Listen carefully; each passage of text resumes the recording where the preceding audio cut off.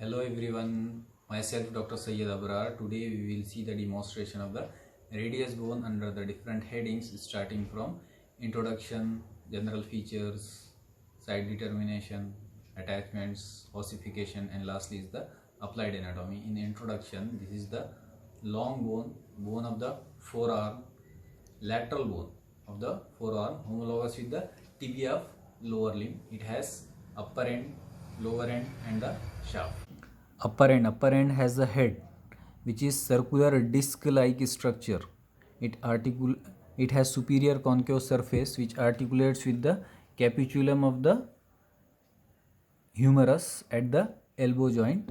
Circumference of the head is also articular which fits into the socket formed by the ulnar notch, radial notch of the ulna, like this, and annular ligament. Just below this narrow margin of the annular ligament extends to the neck. Just below the head there is a constricted part known as neck.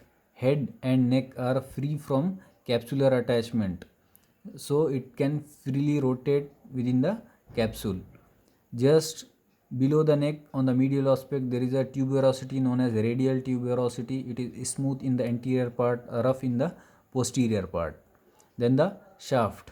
Shaft has three borders, three surfaces. This one is the anterior border. Posteriorly there is a posterior border, and this one is the medial border. Anterior border extends from lower part of radial tuberosity to the styloid process. In the upper part it is oblique. In the lower half it is vertical. Upper oblique part is known as anterior oblique line.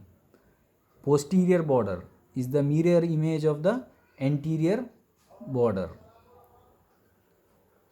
It is clearly defined in the middle one third.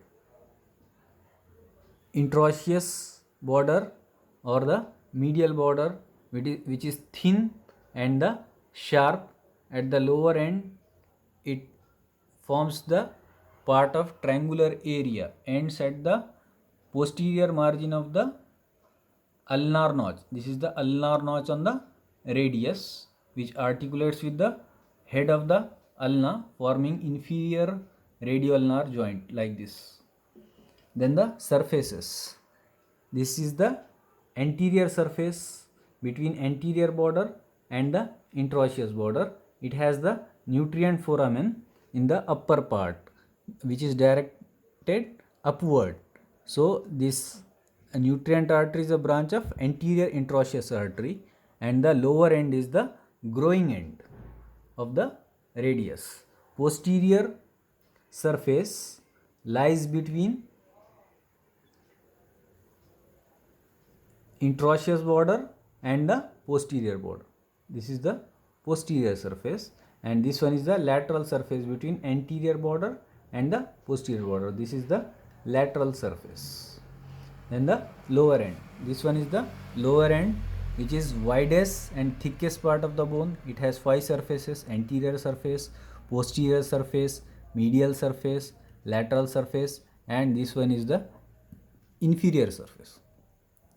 Anterior surface is thick, has thick prominent ridge like structure. Posterior radial arteries palpated on this surface.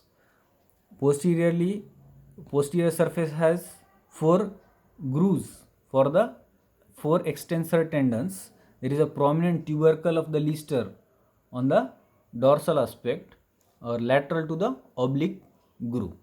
This is the medial surface of the lower end which forms the ulnar notch. This is the lateral surface which continues as a styloid process.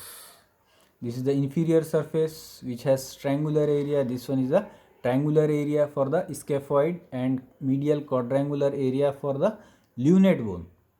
Then the site determination. Upper end has a head which is circular superior surface is concave. Just below the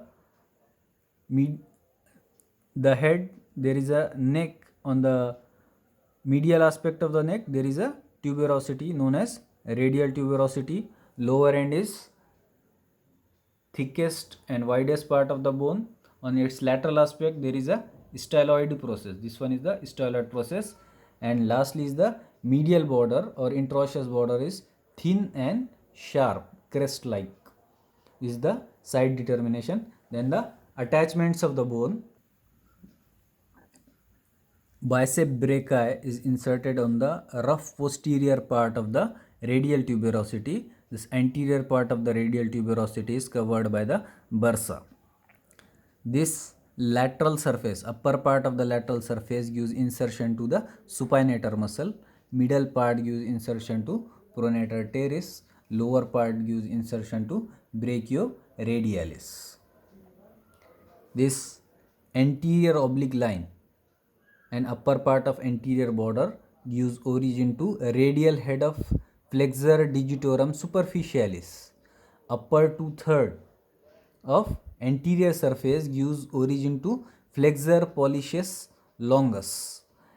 Lower part of anterior surface gives insertion to pronator quadratus. Posteriorly, on the posterior surface, it gives origin to two muscles. In the upper part, it gives origin to abductor pollicis longus, and below is the extensor pollicis brevis. Then quadrate ligament is attached to the medial side of the neck. Just below the radial tuberosity, there is an attachment of oblique cord. This articular capsule of the wrist joint is attached to anterior and posterior margin of the inferior surface. This lower part gives attachment, lower part of ulnar notch gives attachment to the capsule of or articular disc of inferior radioulnar joint, and anterior margin lower part of anterior border gives attachment to extensor retinaculum. Like this, posteriorly there is an attachment of extensor retinaculum. Lower part or lower 3/4 of the interosseous border gives attachment to the interosseous membrane. Ossification of the bone. Radius ossifies from one primary center, two secondary center, one primary center for the shaft which appears during 8 weeks of intrauterine life, two secondary center, one center for lower end which appears at the age of 1 year, fuses with the shaft during 20 years. Secondary center for the upper end or the head appears during 4th year, fuses with the shaft at age of 18 years. Then the last is the applied anatomy. This radius is commonly get fractured 2 cm above the lower end. This is known as Colles fracture. The distal segment or distal fragment is displaced upward and backward. If this is due to fall on outstretched hand, occurs commonly in the young age, and if this distal fragment is displaced anteriorly, this is known as Smith's fracture.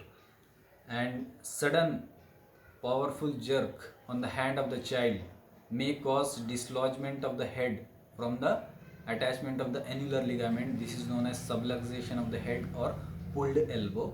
And lastly is the palpation of the radial pulse at the lower part of the anterior surface, lateral to the anterior, medial to the anterior margin, lateral to the tendon of flexor carpi radialis. Thank you. Thanks for watching.